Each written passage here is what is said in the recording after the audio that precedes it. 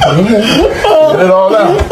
Let it all out. Get it all out. So I need to give you a massive flashing red warning here. And if you are triggered or upset, then this is definitely not the show for you tonight. She is going public with her name. The accuser is named Ashley Parham. She says that in February of 2018, she met a man named Shane Pierce at a bar. Shane FaceTimed Diddy outside on the sidewalk. And this is important.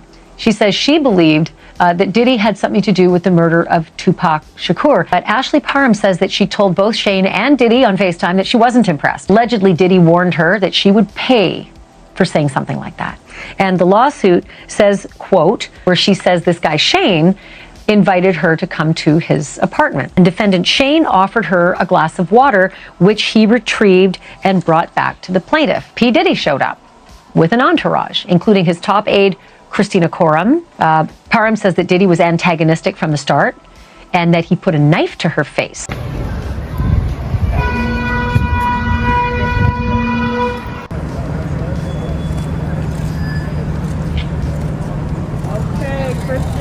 Miss Combs, how you feeling? Miss Combs. Miss Combs. Mr. Combs is threatening her with a knife and makes her take off her clothes out of a bag, out of a fanny pack to be specific. And then he takes what she believes is some type of liquid substance and he squirts it at her. And she actually didn't specify even baby oil. She just said he just started squirting it at her. Since she realized that it was some type of lubricant or oil, that's when, after she was covered in this oil, that's when the began with Mr. Combs. Ooh, that's my mama. Go mama. Oh.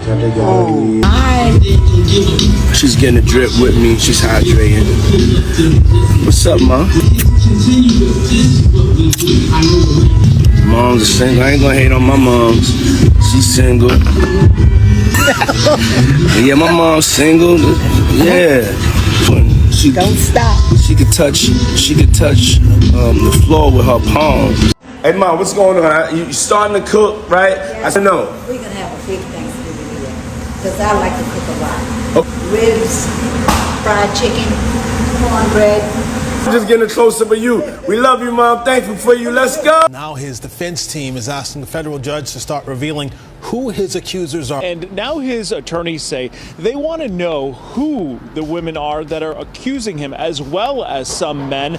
We have a lot of situations, especially in this arena, where we have accusers seemingly hiding behind a moniker. I have no reason to doubt her story. I have had her tell me this story multiple times. The only civil settlement that we know of has been made to Diddy's ex, Cassie Ventura, for an unknown amount of money. If anybody dares to attempt to contact, threaten, intimidate, hurt, that will be immediately reported.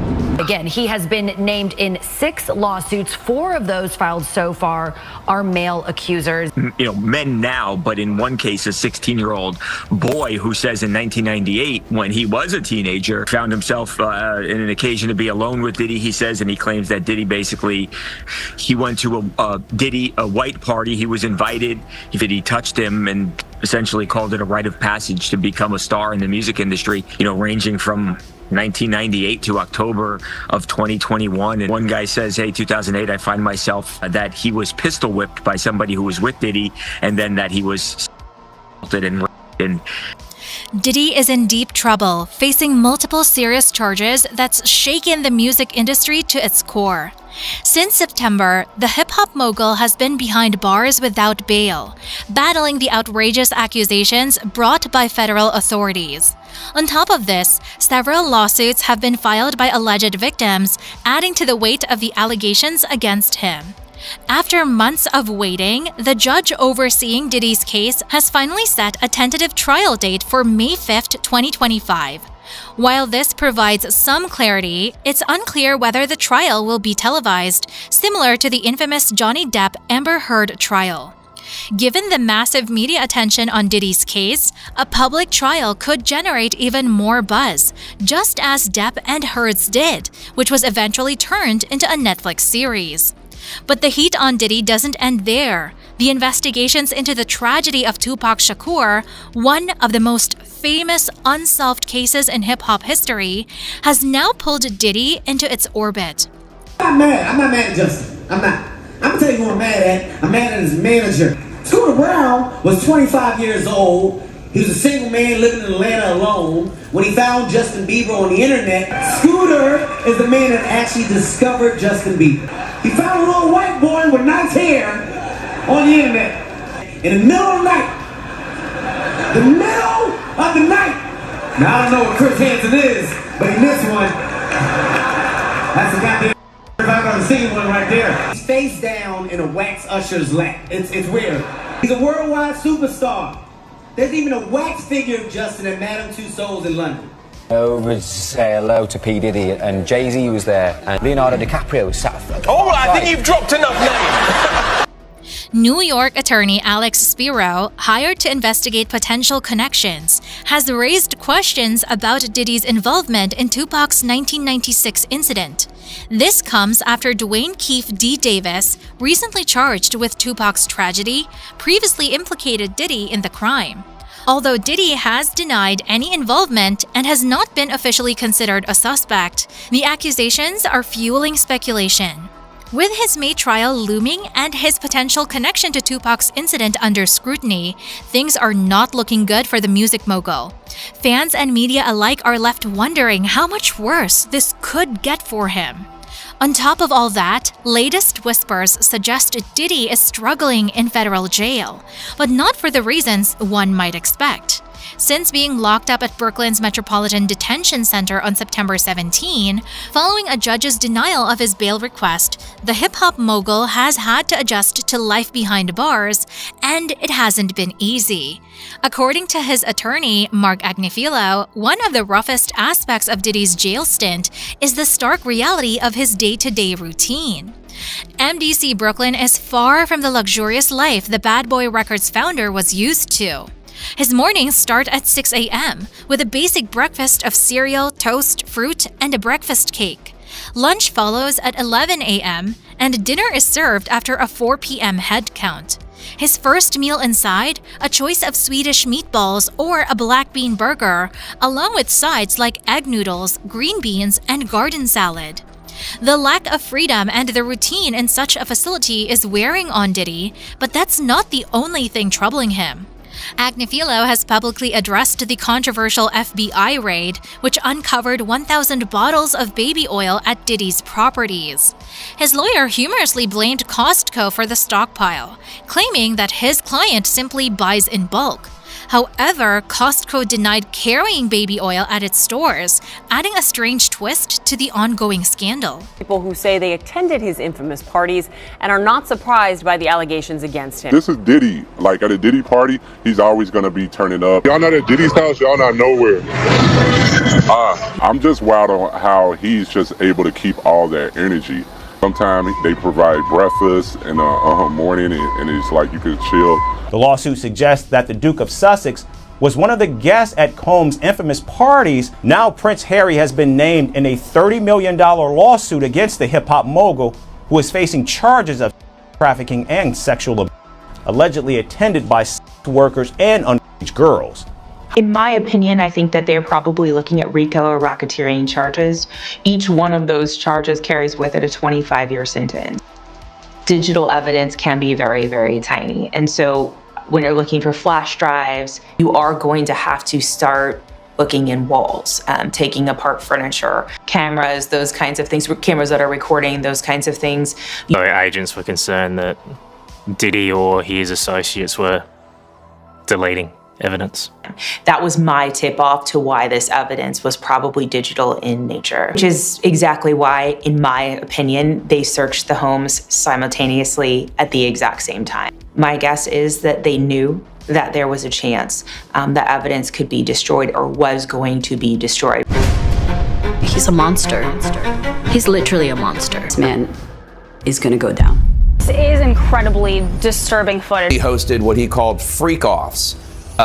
Parties so brutal that the young men and women, from being drugged, they would be beaten, they would be raped, addict, would sometimes vomit and pass out. They allege that Diddy filmed it. I've kept this very quiet for 14 years. I mean, it's been a very long time, and it was so hard for me to watch. And I like cried for days because I just couldn't believe that that man was physically abusing her like that. Certain that the amount of stuff that we've heard about is probably not the half of it. He's a monster. He's literally a monster. Friendly neighborhood, international rap mogul, superstar, designer extraordinaire, actor. You know, I do it all, baby. My homegirl Cassie right here. She's a human being. That's what we all love about her. Sure will love her one day. This bad boy, we ain't never gonna stop. There's no way that he was doing this alone. He was enabled. He had multiple EAs and PAs, and I have no idea who was his fixer. Like a Shakespearean tragedy, how this man is going to go down. And those are extremely difficult cases to defend yourself against. Very difficult. What's happening now, Cassie opened up the floodgates. So the damage he's done to so many different people, and hopefully these people can move forward from this. Hopefully. Do you know Sean Combs? Puff Daddy? Yeah. P. Diddy, whatever you call himself these days. Yeah, go ahead. Yeah, he's part of what's called the Boule. The Boule is a branch of the Illuminati. I had sex with Cassie and Sean. Basically, he would tell me what to do with Cassie. Sean talks a lot on the phone and on the TV with speakers and stuff, and I was like a slave, okay? I had like 15 encounters, and I heard a lot of business, because what they would do is, I called herpes, and I came back and I sued him for the herpes and won. And Christopher Leon's here was my attorney. They asked me to turn in that. Marc Agnifilo and Ben Mercedes were his attorneys, okay? It's possible, I threw everything out, it's possible I can produce a copy. The hip-hop agenda is an agenda to move drugs all over the United States. You need to inform the DEA, okay, all the dope on private jets, which don't get screened by the DEA inside the United States, okay? They move cocaine and they move liquid cocaine in their bottles too. It's not good. He drinks it all the time. With his trial set for May 2025, Diddy is expected to remain behind bars, navigating the harsh reality of jail life until his day in court. The wait will no doubt be one of the toughest battles for the former music mogul. And tensions continue to mount as Mopreme Shakur, Tupac's brother, recently pointed fingers at the rap mogul regarding the 1996 incident of the Hail Mary rapper. Appearing on Piers Morgan Uncensored, Mopreme broke down the long-standing theory that Diddy could be involved in Tupac's demise. Mopreme recalled a 2008 phone call where Diddy attempted to clear his name, claiming no connection to the 1994 Quad Studios incident, which left Tupac injured. Although the LA Times initially published a report accusing Diddy of being behind the attack, the story was retracted due to unreliable sources. Despite this, Mopreme remains unconvinced and believes Diddy's involvement may have been behind the scenes. Fueling the fire are statements from Dwayne Keefe D. Davis. Keefe D has claimed that Diddy offered him $1 million to carry out the hit. While Diddy has repeatedly denied such allegations, the resurfacing of these accusations has led Tupac's family to hire attorney Alex Spiro to investigate further. That's me and MJ, baby. Yep. That's me and MJ chilling. When was that taken, do you know? 6 years ago, he came to one of my parties. Right. And one day, I didn't even invite Mike to the party. Mike just showed up at the party. And guess what he was looking for? Dip? No. I don't know. That's what I would be looking for. And you know, the security, they come up to me, they say, Mr. Combs, Mr. Michael Jackson is here to see you. I'm like, get out of here. Mike, what's up? What you doing here? Yeah. Thanks for coming. You can see his arm around me, but then you don't see the shot of him whispering in my ear. Right after the shot was taken, he whispers in my ear. He says, where's Beyonce? He came to the party to holler at Beyonce, finds her and dances with Beyonce in the party. What is your greatest lesson learned? Not to trust everybody. Not to trust everybody in the industry. There's a lot of sharks. They cheat. You have to audit them. It takes that real gut talent that the public wants to see. Because I know eventually the truth will prevail, and I'm about truth, you know? Bigger the star, the bigger the target. I'm not trying to say I'm the super duper star. I'm not saying that. that truth always prevails, and I believe in that. After I left the party, I get back to the Sheraton Hotel at Universal. There's 4 FBI agents in the hotel room. Are y'all crazy? I said, what you think I'm gonna do? Tell you that Michael did something bad so that we can sue him for money? What the is this? And I looked at him right now, I said, nothing happened. And I'm like, really? That man did nothing but be hospitable, kind, loving, giving. That's sad, man. This life can be sad if you let it. It could be really lonely and really sad. I'm not supposed to say what I'm gonna say right now, but I have to let you in on a secret. Companies take advantage of them. They really do. They really thought that my mind is always on music and dancing, and it usually is, but we can't let them get away with what they're trying to do, because now I'm a free agent. As fresh information unfolds, Diddy faces increasing pressure, especially with his recent arrest on unrelated charges. With Mo Preem and other key figures speaking out, the public spotlight on Diddy's possible connection to Tupac's demise continues to intensify. But that's not the only relationship Diddy's debacle has destroyed, as hushed whispers are suggesting that Beyoncé has filed for divorce from Jay-Z, allegedly due to his connections with Diddy following his recent legal troubles. These claims, however, are unfounded. A YouTube video titled "Beyoncé Files for Divorce After Diddy Snitches on Jay-Z" from the Urban Noir channel fueled the gossip by claiming Jay-Z met with a criminal attorney and divorce lawyer, sparking speculation that Beyoncé was distracting herself to avoid being implicated in any federal investigations linked to Diddy. Another video by Kiki's Tea added to the fire, alleging that Beyoncé was ready to run from her marriage. Despite these viral rumors, no official statements from Beyoncé, Jay-Z, or their representatives have confirmed any of these divorce claims. The couple, known for their private nature, hasn't commented on the speculation, and as of now, there is no evidence supporting the idea that their marriage is in jeopardy due to Diddy's situation. It seems these videos are simply feeding the rumor mill without any factual basis. While they may not be splitting, there is someone who wants to split Diddy into two, or in her words, slap the daylights out of him. Valletta Wallace, mother of the late rap legend Notorious B.I.G., has voiced her frustration and disappointment. Despite her initial admiration for Diddy, Valletta's feelings have shifted. Just as many of us share the same sentiment, especially after a disturbing video involving Cassie Ventura surfaced, allegedly showing Diddy hurting her. From Janice Smalls Combs, who is Diddy's mother. I come to you today as a mother that is devastated and profoundly saddened by the allegations made against my son, Sean Combs. To bear witness what seems to be like a public lynching of my son is a pain too unbearable to put into words. It is heartbreaking to see my son judged not for the truth, but for a narrative created out of lies. These allegations are egregious. Ferret this out in the court system. We intend to prove our cases. I've talked to these victims, and I believe them. So that's exactly what I would expect his mother to say. Just the fact you've got 120 already that you're repping, and you're getting so many calls, 12,000 calls in 24 hours, including many new allegations involving minors. What does that tell you about the scale of all this? It's true. I want people to know that are people that call that have bits of information, bits of evidence, video, perhaps pictures, thousands of people calling, and hundreds of alleged victims. And how could that possibly be the case? And then, of course, we're particularly interested in people that had interaction with Mr. Combs and what they say happened to them. Conduct that allegedly occurred over a 25-year period, multiple different venues, each time has been alleged. Typically, it involves some sort of illicit substance placed in someone's drink, taken advantage of. And that's kind of the overarching theme here. Glance, you say, my goodness, that's just impossible that many people would call with information, particular modus operandi.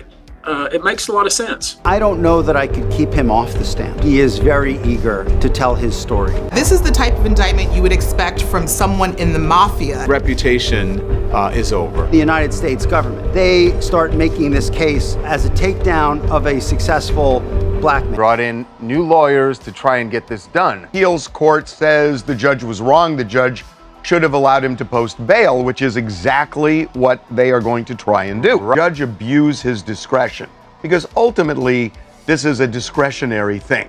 And what the trial judge was saying is, look, He is a flight risk and a danger to say we're going to superimpose our view of it over the trial judge's view of it, in the sense that he's tried to intimidate and influence witnesses in the case. It's going to be hard to make that case to reverse what the trial judge did at the appellate court level. Alexandra Shapiro is one of the nation's premier appellate lawyers. She is the real deal. Suppose if there's some grounds for appeal that we're not seeing, Harvey, she's going to find it. Diddy is going to surely need a dream team, much like OJ, and we are looking forward to the trial of a century. We got Akon at the airport. The way he spoke about this, Hollywood generally has not spoken out. The business in itself has taken a shift. Music hasn't been the greatest role model for our youth. I just think it's a spiritual shift that's happening. Mind our own business, and we just got to sit back and relax and watch. Somebody as a target for their success. I mean, at least that's how the lawyer's playing it. And whatever people are doing on their personal time is something they have to deal with on their own. It's not the first time we've heard this rhetoric. You know what I mean? Yeah, but it's a defense mechanism. At the end of the day, jail is terrible for anybody. The bigger they come, the harder they fall, and I sort of think that's what the prurient interest of the public is. To have the exact opposite, what a life-changing moment. I mean, it's just incredible. Why is he not being given bond? And, we could debate that all day long. He's got the resources to flee, but he's so recognizable. And isn't he innocent until proven guilty? You have this much evidence and so much stuff out there. You can't think as a human being, the judge isn't thinking that some people are more likely to be guilty than others. And what if he's vindicated? What if he's acquitted? Then how do you ever give him back those few months of incarceration? I mean, it's a legitimate concern. No judge wants to wake up and read the headlines the next day. Sometimes where there's money, you can craft a unique solution. And now he's gone and he fled from justice. So that's what's in the back of most judges' minds. Sounds like special treatment, but the truth of the matter is, to incarcerate somebody like him, all the money he has and all the resources he has, they couldn't craft some solution that lets him be under some form of house arrest. Maybe some solution where his money could help us craft. I mean, he could build his separate jail cell. I wouldn't want to be those judges. There's sort of a no-win situation for the judge. What we would do for anybody else, which is keep him incarcerated. And he knows better than to be talking about the things that he does with Big Brother Puff on national television. Apparently not. Some things, everything ain't for everybody. He believes he's innocent. I believe he's innocent. And we're going to fight this case with all of our might until we don't have to fight any longer. There will be some people named in these lawsuits that will raise some eyebrows. He has an out option, and that is popping a cyanide pill. That are so serious that it would likely leave Sean Combs in jail the rest of his life. But Choke, I mean, you might have said the same thing about Jeffrey Epstein. He's going to be indicted for the murder of Tupac and the Notorious B.I.G. He's at the top of the pyramid here. Generally, you give deals to the people who are lower in the pyramid in order to get them to testify against the top. An alleged secret video of an A-list celebrity participating, and the unnamed celebrity knows about this. So 2 anonymous sources have told the New York Post that the video is being shopped around to media outlets. A-list celebrity is, quote, horrified that this footage is being shopped around. It says it's not revealing who the celebrity is because it's not clear if he was a minor when the footage was filmed. Sources say both Combs and the other males' faces are visible in this sex tape. The person who has the tape really doesn't want to shop it around. They really want to help and give it to wanted to directly sell it to that person. That person does have the opportunity to purchase the video. If I were them, I would absolutely purchase the video. In a heartfelt statement, Valletta expressed her sympathy for the victims, saying, "I'm praying for Cassie and I'm praying for his mother." However, she didn't hold back her anger. "I hope that I see Sean one day, and the only thing I want to do is slap the daylights out of him, and you can quote me on that." Valletta admitted she was ashamed and embarrassed by the recent revelations, adding, "I didn't want to believe all the awful things." The strong reaction is particularly notable given Diddy and Biggie's close friendship during their careers. Diddy famously honored Biggie with the hit song "I'll Be Missing You," but Valletta's anger now overshadows any positive memories she had of the mogul. That's all for this video, folks. See you next time.